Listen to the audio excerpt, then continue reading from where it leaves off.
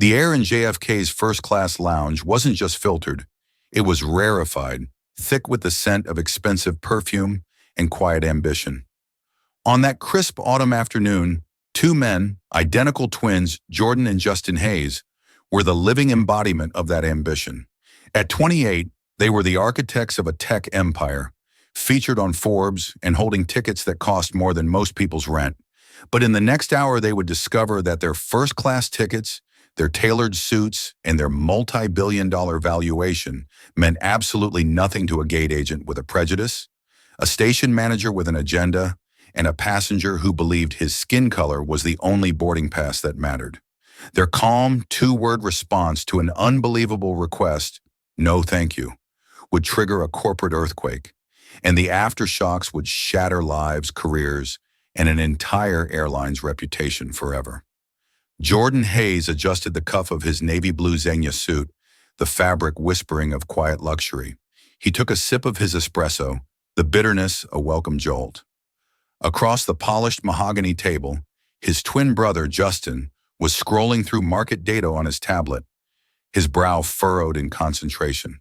To the casual observer in the Global Voyager Airlines Apex Lounge at John F. Kennedy International Airport, they were just two impeccably dressed black men, exuding an aura of calm authority.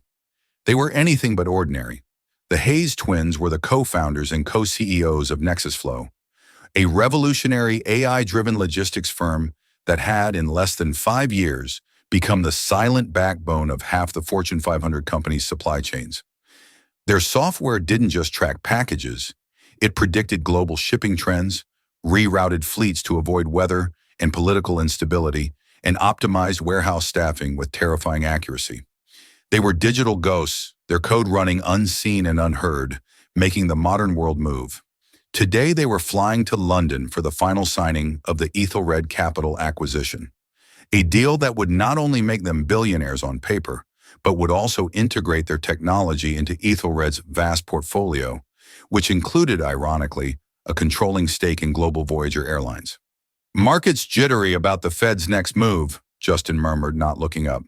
"Good thing our deal is locked. Cash and stock." "Good thing we handle our own logistics," Jordan countered with a slight smile. "Imagine trusting our servers to a competitor." They shared a look of mutual understanding that only twins, in business partners who had built an empire from a dorm room, could. They were a perfect unit.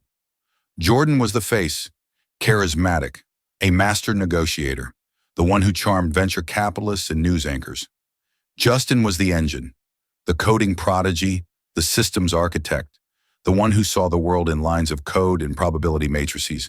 Together, they were unstoppable. Their flight, GVA Flight 001 to London Heathrow, was the airline's flagship route. Their seats 1A and 1C were the best on the plane, booked 6 months in advance. For them, it wasn't about the champagne or the lay-flat beds. It was about the 8 hours of uninterrupted work time, a quiet, airborne office to prep for the most important meeting of their lives. An announcement, smooth as silk, echoed through the lounge. "We now invite our first-class passengers on Global Voyager Flight 1 to London to begin boarding at Gate 42. Justin closed his tablet. "Showtime."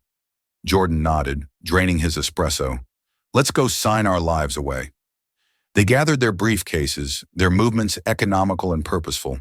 As they walked through the lounge, they turned a few heads, not because of their race, but because of their presence.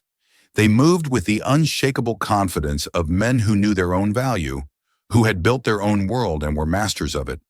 They were polite to the staff, nodding and smiling, their manners as impeccable as their suits. At Gate 42, the scene was a familiar, organized chaos. A long line of economy passengers snaked around the designated stanchions, while the priority lane stood nearly empty. They approached the counter, where a gate agent, a woman in her late 40s with tired eyes and a name tag that read Brenda, was scanning passports with a practiced, almost robotic efficiency. "Good afternoon," Jordan said, placing his and Justin's passports on the counter. "Jordan and Justin Hayes, seats 1A and 1C. Brenda glanced at the passports, then at their faces, then at the screen. A flicker of something, confusion, annoyance, crossed her face before being smoothed over with a professional mask. "One moment, gentlemen," she said, her fingers tap dancing on the keyboard. The rhythmic clacking went on for just a bit too long. Justin shifted his weight, a silent sign of impatience that only Jordan would recognize. He hated inefficiency.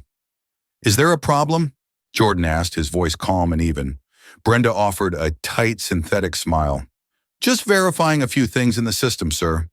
We have a very full flight today." She typed for another 30 seconds, her eyes darting between the screen and a printed manifest. Finally, she looked up, her professional mask firmly in place. "All right, Mr. Hayes, we do have a slight issue with the seating." Jordan's eyebrows rose slightly. "An issue? We booked these seats half a year ago." "Yes, I see that," Brenda said, her voice taking on a rehearsed, placating tone.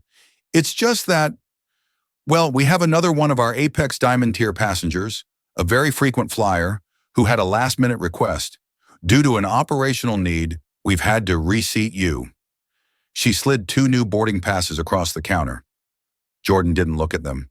He kept his eyes fixed on hers. "Reseat us where?" "They're still excellent seats," Brenda said quickly, a little too quickly. "Row 5, aisle and window. Still first class, of course. All the same amenities." Justin finally spoke, his voice colder than Jordan's. "We selected seats 1A and 1C for a reason. They offer the most privacy and space to work. We have a significant amount of preparation to do on this flight. Row 1 is a cabin unto itself. Row 5 is not." "I understand, sir," Brenda said, though her tone suggested she didn't understand at all. "But as I said, it was an unavoidable operational need." "Operational need," Jordan repeated, letting the corporate jargon hang in the air. "Could you define that for me? Did the seats in row 1 suddenly become structurally unsound?" A bead of sweat trickled down Brenda's temple. She was losing control of the conversation. She glanced nervously over her shoulder toward a glass-walled office where a man in a slightly too tight suit was watching them. This was clearly above her pay grade. Just then, a man strode into the priority lane, bypassing the single family waiting behind the twins. He was in his late 50s, with a florid, entitled face, silver hair swept back from a high forehead, and a cashmere blazer that looked effortlessly expensive. He smelled of gin and old money. He placed a gold-rimmed passport on the counter. "Sterling Beaumont," he announced to Brenda, as if she should already know. He then glanced at the Hayes twins with an air of mild irritation, as if they were inconvenient furniture. "Is there a problem here? We are going to be boarding soon, aren't we?" Brenda's entire demeanor changed. She became deferential, almost fawning. "Mr. Beaumont, of course. We were just sorting out your seat. It's all taken care of." She gestured toward the twins. "These gentlemen were just leaving." The pieces clicked into place with sickening clarity. This was the operational need. Sterling Beaumont. Jordan looked from Beaumont's smug face back to Brenda's nervous one. He felt a familiar, cold anger begin to rise in his chest, an anger he had learned to master and channel long ago. He hadn't felt it this acutely in years, not since he and Justin were just 2 kids from Queens trying to get a seed loan from bankers who looked right through them. He pushed the new boarding passes back across the counter with one finger. "No," Jordan said, his voice dropping an octave, losing all its previous warmth. "We will be taking the seats we paid for, 1A and 1C. Brenda's face paled. "Sir, I don't think you understand." "Oh, I understand perfectly," Justin cut in, his voice like ice. "You're giving our seats to him because he's a diamond tier passenger and you assume we are not. Or perhaps there's another reason you chose us, out of all the passengers in first class, to downgrade." He let the insinuation hang in the air, heavy and sharp as a guillotine. Sterling Beaumont scoffed, a disgusting wet sound. "Here we go," he muttered, loud enough for everyone to hear. "Don't play that card, fellas. It's tiresome. Some of us have status with this airline. It has its privileges. That's how the world works." The family behind them was watching. The other gate agents were watching. The man in the glass office was now striding towards them. The confrontation was escalating, and the calm of the Apex Lounge felt a million miles away. The man who emerged from the glass office was Robert Peterson, the JFK station manager for Global Voyager. He walked with the forced swagger of a middle manager who wielded a little bit of power and believed it was a lot. His tie was knotted too tightly, and his smile didn't reach his eyes. He radiated an aura of someone who solved problems by bulldozing over them. "Is there an issue here, Brenda?" he asked, though his eyes were fixed on the Hayes twins. "Mr. Peterson," Brenda said, relieved. "These gentlemen are refusing to accept their new seat assignments.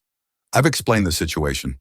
"The situation," Jordan said, turning his cool gaze on Peterson, "is that you're attempting to give our pre-booked, paid-for seats to another passenger. Your agent calls it an operational need. I call it a breach of contract." Peterson's smile tightened. He was used to dealing with irate customers, and he had a well-worn playbook. "Gentlemen, I'm Robert Peterson, the station manager. Let's all just take a breath.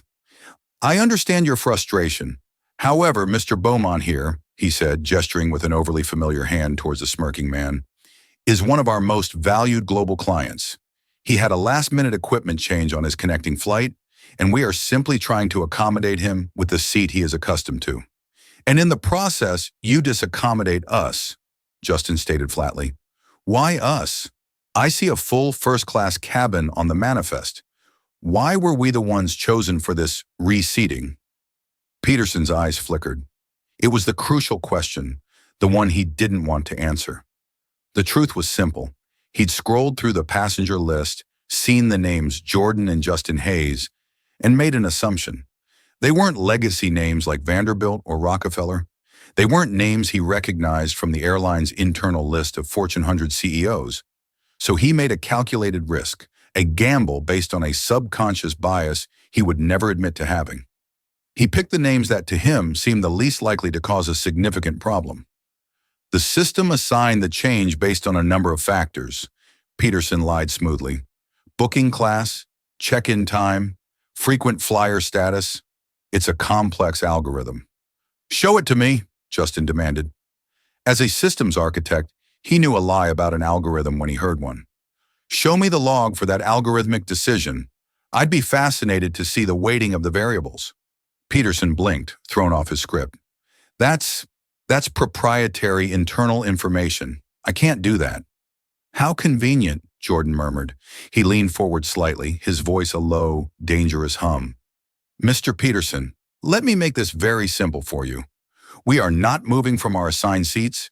We have a legally binding contract with your airline for carriage in seats 1A and 1C on this flight. You are currently in violation of that contract. Furthermore, the optics of removing two black passengers from their seats to accommodate a white passenger, for reasons you are unable to transparently articulate, are, to put it mildly, disastrous." The word disastrous hung in the air. The other passengers in the priority line were now openly staring, their phones subtly angled toward the confrontation. The word black had been spoken aloud, and the temperature at the gate dropped. Sterling Beaumont, who had been enjoying the show, decided to weigh in again.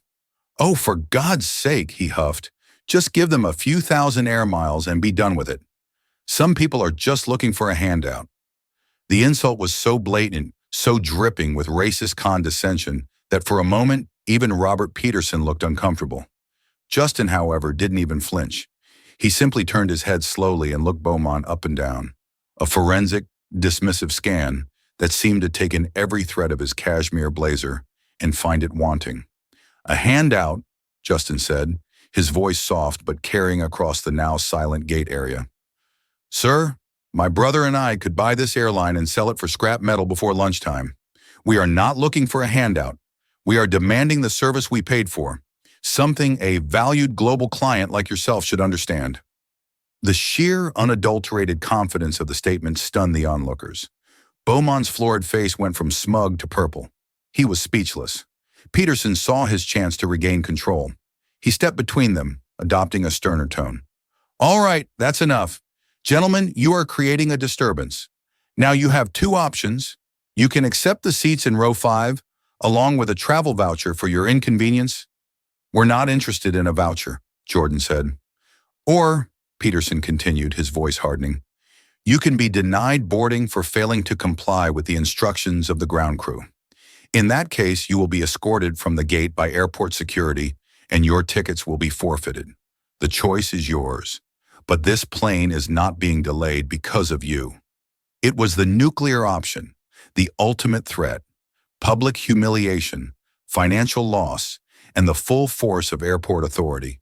It was a threat that worked on 99.9% of passengers. Peterson crossed his arms, confident he had won. Brenda, the gate agent, looked relieved. Beaumont smirked, victorious. Jordan and Justin looked at each other. There was no panic in their eyes, no fear. Just a flicker of that shared silent communication. Jordan gave a nearly imperceptible nod. The time for talking was over. "Very well," Jordan said to Peterson, his voice devoid of any emotion. "You've made your position clear."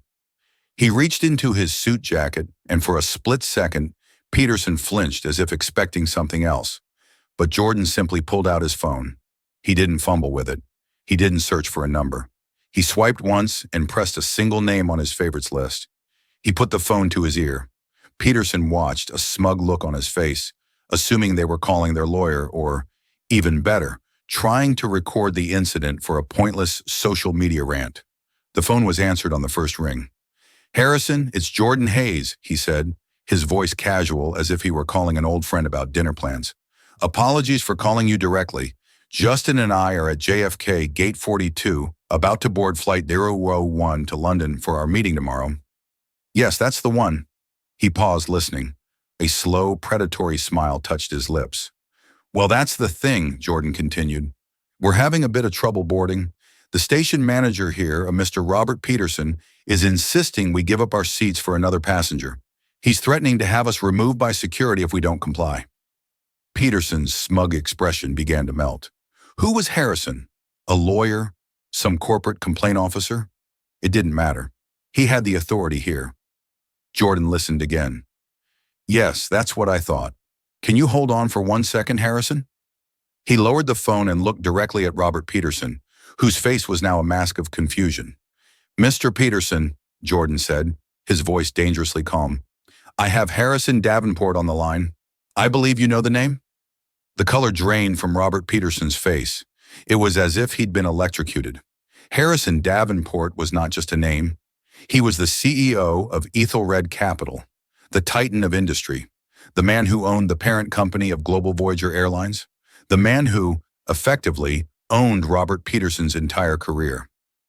"He'd like to have a word with you," Jordan said, holding out the phone. "He said to tell you it's an unavoidable operational need." The sleek, black smartphone in Jordan's hand seemed to suck all the sound out of the gate area. It was no longer just a phone. It was a scepter, an orb of immense and terrifying power. Robert Peterson stared at it as if it were a venomous snake. Harrison Davenport. The name echoed in the station manager's mind, triggering a cascade of pure, unadulterated panic.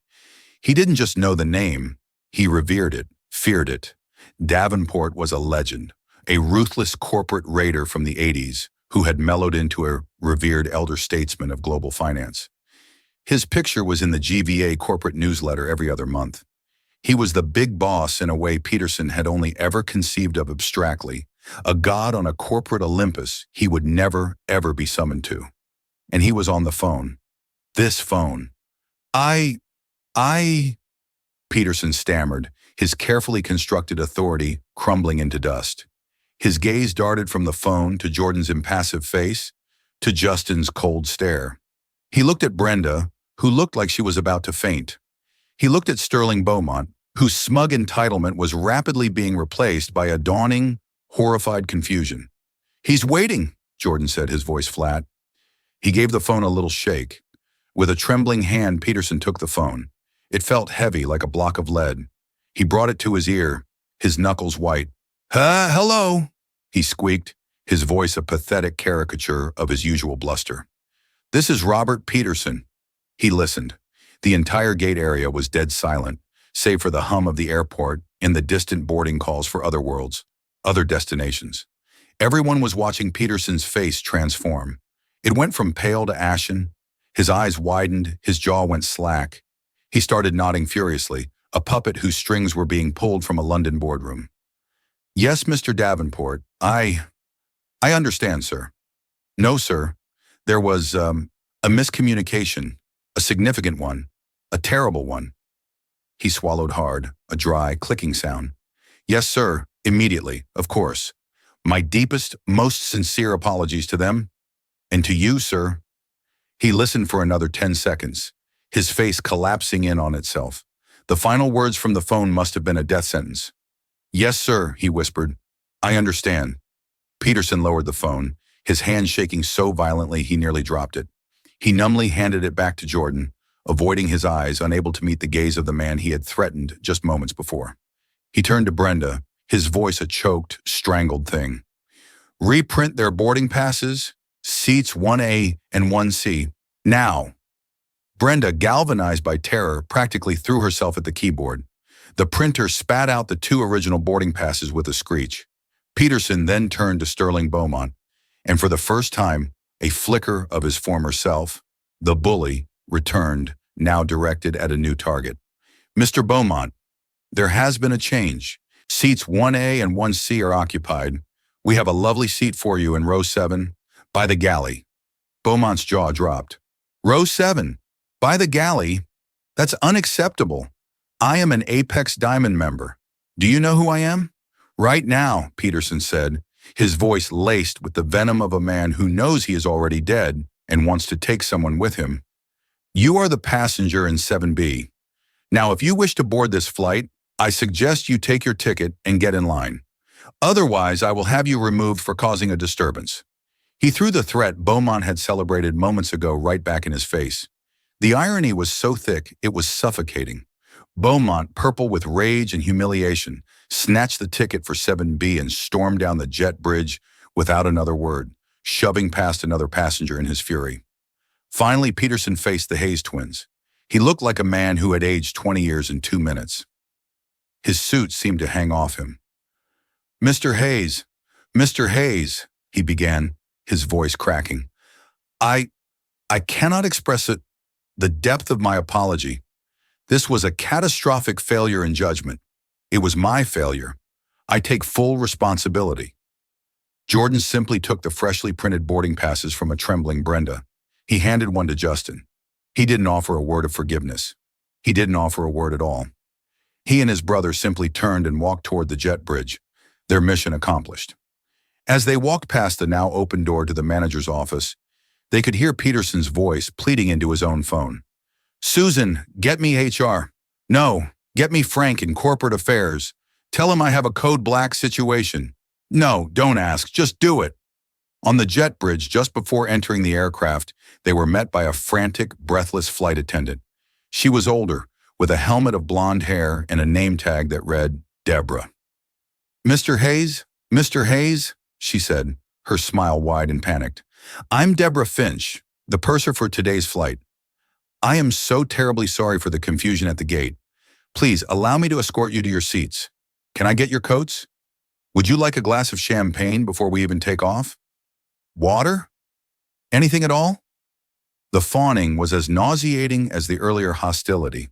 Jordan and Justin just nodded politely, handed her their coats, and proceeded to their seats, 1A and 1C, the spacious, private pods at the very front of the plane.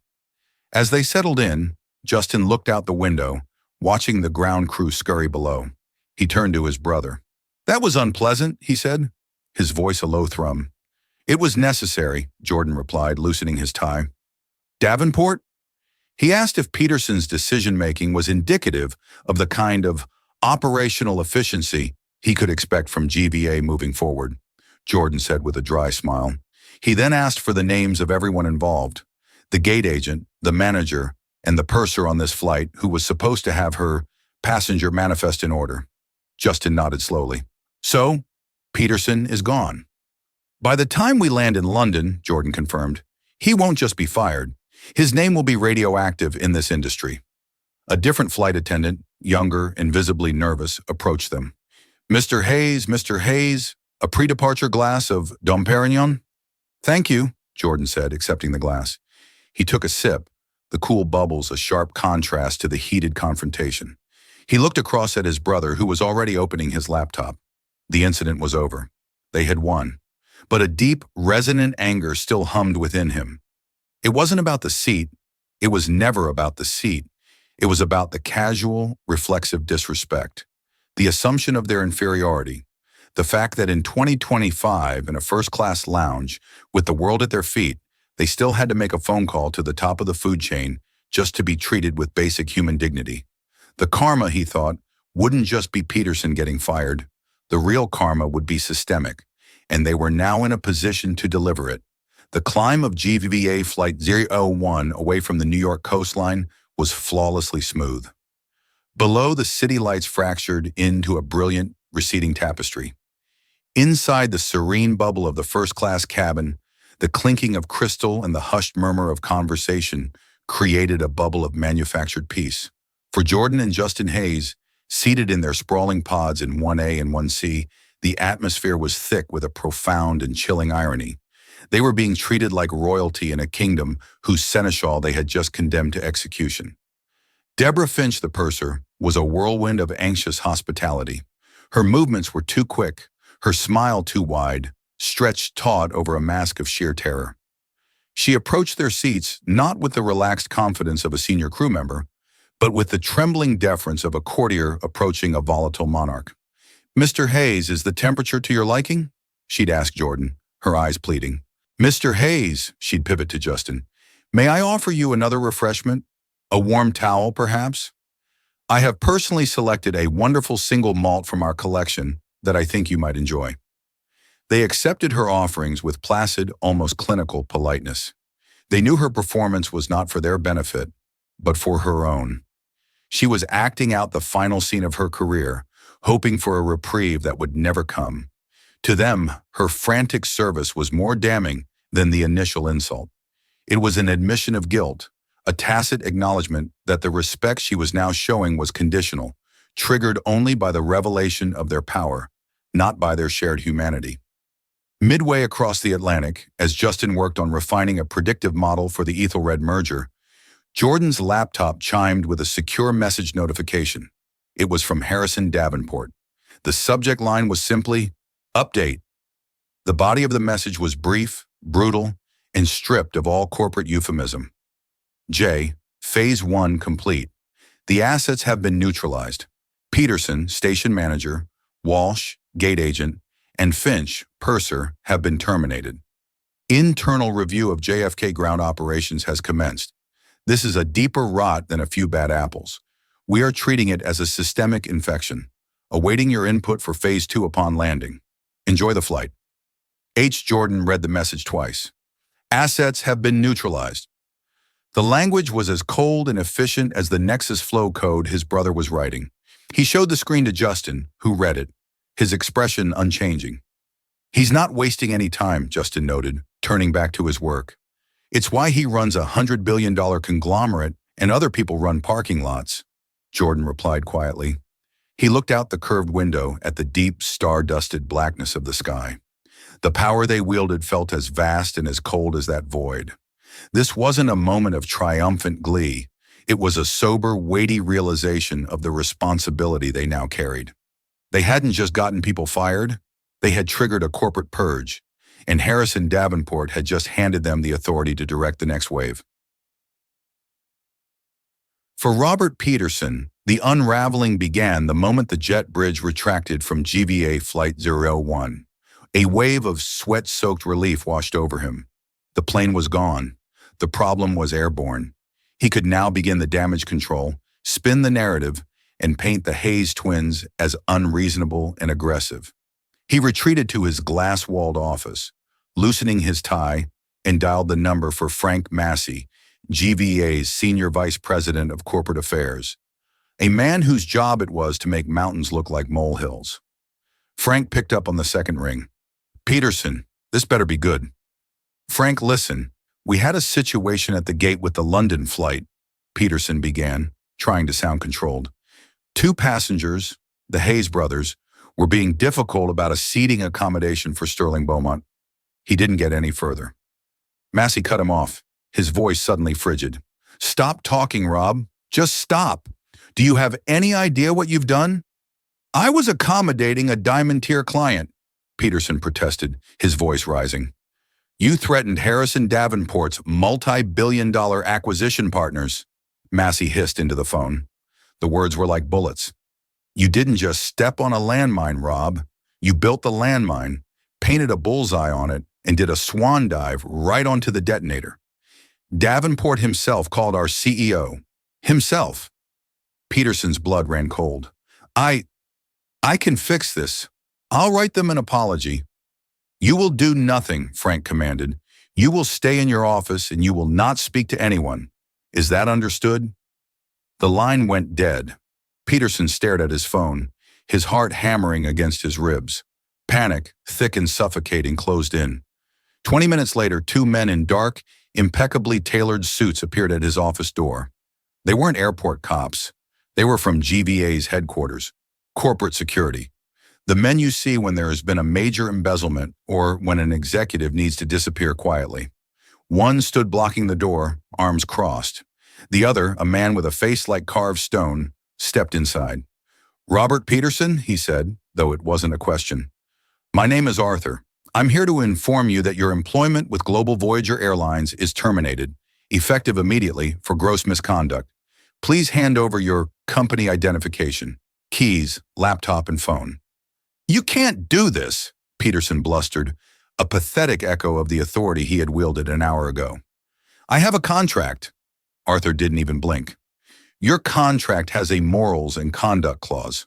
Corporate counsel has determined your actions represent a catastrophic failure of judgment that has exposed this company to significant brand and financial jeopardy. The decision is final." Defeated, Peterson slid his possessions across the desk. The security men then escorted him out, not through the terminal he once ruled, but down a series of sterile service hallways he barely knew existed.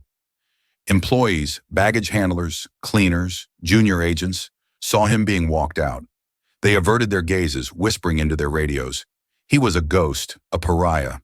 They pushed open a final metal door, and he was spat out onto a service road by the airport perimeter fence. The roar of departing jets mocking him. The wind whipped at his now ill-fitting suit. He was an emperor in exile, banished from his own kingdom. Brenda Walsh survived another hour. She processed the boarding for a flight to Orlando, her hands shaking, her customer service smile a painful rictus. She kept telling herself she was just a foot soldier. She was following orders. Peterson would take the heat. Surely they wouldn't come for her. Then her supervisor approached. "Brenda, can you come to the manager's office, please?" The office was empty, stripped of Peterson's presence. An unfamiliar woman in a severe pantsuit was there, along with Brenda's union representative on a speakerphone. The HR manager got straight to the point, reading a formal termination notice. "You can't!" Brenda cried, tears welling. "It was Peterson's call. I was just doing my job." The union rep's voice crackled through the speaker, tired and devoid of hope. "Brenda, they're invoking the willful participation clause. It's a kill shot. They have security footage of you approaching the Hayes twins and initiating the seat change before Peterson even came out of his office. They're arguing you created the pretext for the confrontation." "But I was trying to help Mr. Beaumont." "They have your screen logs, Brenda," the rep continued grimly. "You looked up Beaumont's Apex Diamond status. You didn't look up the Hayes twins. You made an assumption. You chose them. In the eyes of the company, you lit the match. I'm sorry, there's nothing I can do." Brenda Walsh collapsed into a chair. A lifetime of service, of showing up on time, of dealing with angry passengers and canceled flights. All of it erased by a single, prejudiced assumption. Her world had ended not with a bang, but with the cold, bureaucratic language of a termination clause. At 35,000 feet, Deborah Finch felt the final blow. The captain, a stoic veteran named Mike, emerged from the cockpit, a freshly printed ACARS message in his hand. He found her in the galley, meticulously polishing silverware, the picture of diligence. "Deb," he said, his voice low and devoid of emotion, "I need a word." He showed her the flimsy paper. The blocky, capitalized text was stark and absolute. Purser D. Finch to be relieved of duties upon arrival. LHR, instructed to report to GVA admin. HRP will meet. Do not discuss W passengers. Acknowledge. Deborah stared at the message, her mind refusing to process it. Relieved of duties? What? What does that mean? Is it a mistake? It's not a mistake, Deb, Mike said, his eyes filled with a weary pity. A decision was made on the ground. This is just the notification. But, but the service, she stammered, gesturing wildly towards the cabin. I've been perfect. I've given them everything. Mike, you have to call them. Tell them there's been a mistake. The captain shook his head slowly. This decision was made before we ever pushed back from the gate. It's over. The strength went out of her legs. She leaned against the galley counter for support. Her carefully constructed professional composure, her helmet of blonde hair, her perfect uniform, it all seemed to crumble at once. For the remaining 3 hours of the flight, she was a ghost in her own cabin. The junior flight attendants, having been quietly informed by the captain, gave her a wide, fearful berth. They wouldn't meet her eye. She was no longer their leader. She was a contagious disease, a cautionary tale. She hid in a jump seat in the galley, the hum of the engines a funeral dirge for her 30-year career, a woman trapped in a metal tube hurtling toward her own professional execution. The unraveling was complete, swift, and absolute. The black car that collected the Hayes twins from Heathrow's private terminal was silent and anonymous, gliding through London's morning traffic like a shark through water. It deposited them not at a hotel, but before a shimmering tower of glass and steel in Canary Wharf that seemed to scrape the sky. This was the global headquarters of Ethelred Capital, a place where nations' debts were traded and corporate destinies were decided in hushed tones. The lobby was a cathedral of minimalist design, vast and silent, smelling of polished marble and old money.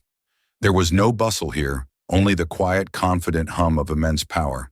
They were escorted directly to the penthouse floor. The boardroom was less a room and more a panorama, with floor-to-ceiling windows offering a godlike view of London, sprawling below. In the center of the room, looking out over his domain, stood Harrison Davenport.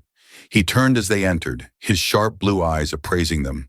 He bypassed the formality of the massive glass table and met them in the center of the room. "Jordan? Justin," he said, his voice a low gravel. He offered a firm, dry handshake to each. "I trust the remainder of your flight was without incident." "The service was impeccable once the staff understood the stakes," Justin replied, his tone devoid of warmth. "Precisely," Davenport nodded, a flicker of grim satisfaction in his eyes. "And that is the very heart of the disease. Service, respect, dignity. In a healthy organization, those are constants.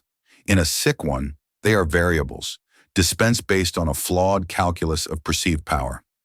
What you experienced yesterday was not just an insult to you, it was an insult to me. It revealed a culture of lazy prejudice and profound incompetence within an asset I own. It represents a risk I find utterly unacceptable." He gestured for them to walk with him along the window.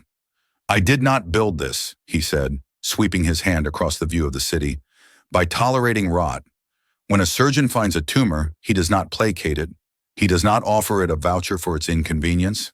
He cuts it out, swiftly and completely. Peterson, Walsh, Finch, they were the most visible signs of the cancer. Triage, as I said. But the disease runs deeper in the bones of the company." He stopped and turned to face them, his expression one of intense focus. "Our deal is, of course, proceeding. The capital is transferred, but my legal team worked through the night. There is a new addendum to the final paperwork, Clause 109B. He paused for effect, letting the weight of the moment settle. It grants Nexus Flow a 5-year, non-revocable contract for strategic operational oversight of the entire Global Voyager Airlines subsidiary. That oversight includes a complete diagnostic audit and overhaul of all customer-facing data systems, internal performance metrics, employee training protocols, and, most critically, all algorithmic models used for customer valuation and experience." Jordan's eyebrows shot up. This was a corporate maneuver of breathtaking scope. "Harrison, that's far beyond the scope of our original integration." "Our original integration was about making my logistics more efficient," Davenport countered. "This is about protecting my investment from itself. I am not asking you to do this. I am making it a condition of our final partnership. I need your eyes, your systems, your perspective inside that airline. I want you to build a new system from the ground up. A system where value is defined by loyalty and revenue, not by a familiar-sounding surname or the color of a person's skin. I want you to build an algorithm for fairness, and I want you to give it teeth. I am handing you the keys to the very kingdom that tried to bar its gates to you. The question is, will you take them? Jordan and Justin exchanged a look. They understood the play instantly. This wasn't just penance. It was Harrison Davenport, the master corporate strategist, using their unique skills to solve a problem he couldn't fix with money alone. He was weaponizing their experience. We will need full access, Justin said, his mind already starting to map the data architecture. Unfettered. All personnel files, all system backlogs, everything. You will have it, Davenport confirmed. And final say on implementation, Jordan added. No corporate committees, no pushback from legacy management. You will report directly to me, Davenport said, a thin, predatory smile gracing his lips for the first time. You are the surgeons. Now go and cut out the cancer. In that moment, the true nature of the karma became clear. It wasn't just about the downfall of three individuals. It was about the fundamental re-engineering of the entire system that empowered them. It was a cold, elegant, and deeply personal form of corporate justice. The aftershocks of that day at JFK rippled out over the next 18 months, not in loud explosions, but in the quiet, inexorable erosion of the lives of those who had set the events in motion. The long, hard fall of Robert Peterson. Getting fired was like a sudden, violent shove off a cliff. The long fall was the true agony. Peterson, convinced of his own value, initially believed he would land on his feet. He was wrong. The aviation industry, for all its global scale, is a small, gossipy village. The story of his Code Black incident, as it became known, was a legend whispered at conferences he could no longer get invited to. His name was more than just flagged in HR systems. It was a punchline. His job applications went unanswered. Recruiters who had once courted him suddenly had full voicemails. His savings, substantial but not infinite, dwindled at an alarming rate. The financial strain poisoned his home life. His wife, who had married a man of soaring ambition, now found herself tethered to a bitter, unemployed pariah. Their arguments became venomous. "How could you be so stupid, Rob?" she screamed at him during their final fight, surrounded by moving boxes in their half-empty Connecticut mansion. "You had everything. You threw it all away because you couldn't stand to see two black men sitting in seats you thought they didn't deserve." She left, taking the children and the lion's share of their liquid assets. The house was sold at a loss. Peterson, broken alone, spiraled downwards, eventually taking a humiliating, low-wage job as a shift supervisor for an off-site airport parking company near JFK, a ghost haunting the periphery of his former kingdom. One bleak, rain-swept afternoon, as he stood in a cheap, fluorescent yellow vest, waving a sedan into a parking spot, a gleaming black Maybach purred to a stop in front of him. The rear window descended with a faint whir. Jordan Hayes sat inside, his face illuminated by the glow of a laptop. He looked out and his eyes met Peterson's. There was no flicker of triumph in Jordan's expression, no anger, no pity. There was only a calm, silent, and complete acknowledgement. He saw Peterson exactly for what he now was, an insignificant man in a yellow vest. Jordan gave a single, slow, deliberate nod, the kind one gives a doorman or a valet, and the window slid shut, sealing Peterson back into his gray, anonymous world. As the Maybach glided away, Robert Peterson stood frozen in the rain, crushed by the absolute, irreversible finality of his own failure, the moral reckoning of Brenda Walsh. Brenda's fall was less dramatic, but no less devastating. Losing her job and pension after 22 years shattered her identity. She moved from her modest suburban home into a cramped third-floor walk-up in Queens, the sounds of the city a constant reminder of her descent. For months, she was consumed by a bitter, self-pitying rage. She blamed Peterson, she blamed the union, and most of all, she blamed the Hayes twins, casting them as wealthy bullies who had ruined her life over a simple mistake. The change came from her daughter, a university student home for the holidays. She found Brenda stewing on her worn-out sofa, watching daytime television. "Mom, you need to see this," her daughter said, holding out her tablet. On the screen was a feature from Wired magazine. The headline read, "The Nexus Flow Initiative, How Two Tech Titans Are Using AI to Engineer Fairness." The article detailed a multi-million-dollar program funded jointly by Nexus Flow and Ethelred Capital to overhaul corporate training and data systems at Global Voyager. It featured new bias-proof software designed by Justin Hayes himself that flagged potential instances of discrimination in customer service in real time. It also funded scholarships for underserved communities. The article ended with a quote from Jordan Hayes. "What happened to us was a symptom of a lazy system. You can't fix lazy thinking by just punishing it. You have to make it obsolete. You have to build a new system where fairness is the path of least resistance." Brenda read the words, and the carefully constructed walls of her victimhood crumbled. They hadn't just gotten revenge.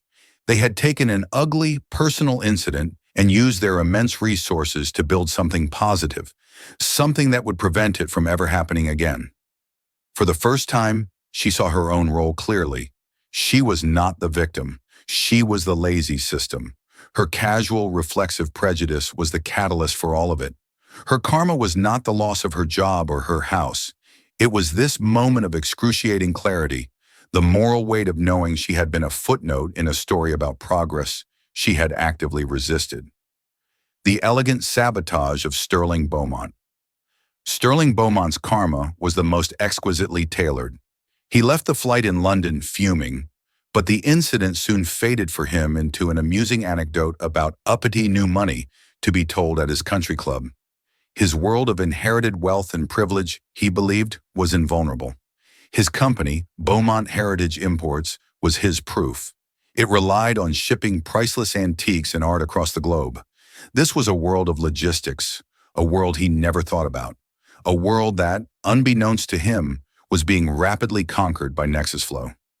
Their AI-driven efficiency was so revolutionary that within a year they had acquired or bankrupted most of their competitors. The crisis came to a head when Beaumont's primary shipper was absorbed by Nexus Flow. "No matter," Beaumont had grumbled to his frantic operations director, "switch to them. Pay what they want. I have the Mondragon collection that needs to be in New York for the Christie's Gala. It's our most important client." The director, a harried man named Philip, made the call. He returned to Beaumont's office an hour later, his face ashen. "They won't take us on as a client," he stammered. "What do you mean?" Beaumont bellowed, his face turning a familiar shade of purple. "They're a shipping company. It's what they do. Offer them more money." "Sir, it's not about money," Philip said, reading from his notepad. "I spoke to a vice president of client relations. She said the Nexus Flow board had personally reviewed our application. They have declined to enter into a service agreement." Philip swallowed hard before delivering the final, devastating sentence. The official reason given was, and I quote, "a fundamental and irreconcilable misalignment of corporate values." Beaumont stared, speechless. The phrase was a perfect piece of corporate jargon, impenetrable, polite, and utterly final. It was a blacklisting. He, Sterling Beaumont, a man who defined himself by his elite status, was being denied service. The irony was suffocating. Unable to secure reliable high-end logistics, his business imploded. The Mondragon collection missed the auction, leading to a catastrophic lawsuit. His reputation for reliability, the bedrock of his heritage business, was shattered. He was being systematically dismantled, not by a hostile takeover or a market crash, but by a quiet, polite, and irreversible refusal. It was the Hayes twins' final move on the board, a silent, elegant checkmate that proved that in the new world, the ultimate power wasn't inherited status, but the ability to control the system itself. In the end, this wasn't just a story about revenge. It was a story about the nature of power in the 21st century. The Hayes twins didn't scream or resort to violence. They used their success, their intelligence, and the world they had built to enact a precise and devastating form of justice. They understood that true power isn't about raising your voice. It's about making a single, quiet phone call that can rewrite the rules for everyone. They didn't just get a few people fired, they seized the system that had wronged them and rebuilt it in the image of fairness. The karma that hit Robert Peterson, Brenda Walsh, and Sterling Beaumont wasn't supernatural. It was coldly, efficiently corporate, a direct consequence of their own actions in a world that had new gatekeepers. If this story resonated with you, and if you believe that prejudice and entitlement should have consequences, please hit that like button. Share this video with someone who needs to hear it. And most importantly, subscribe to the channel and ring the notification bell.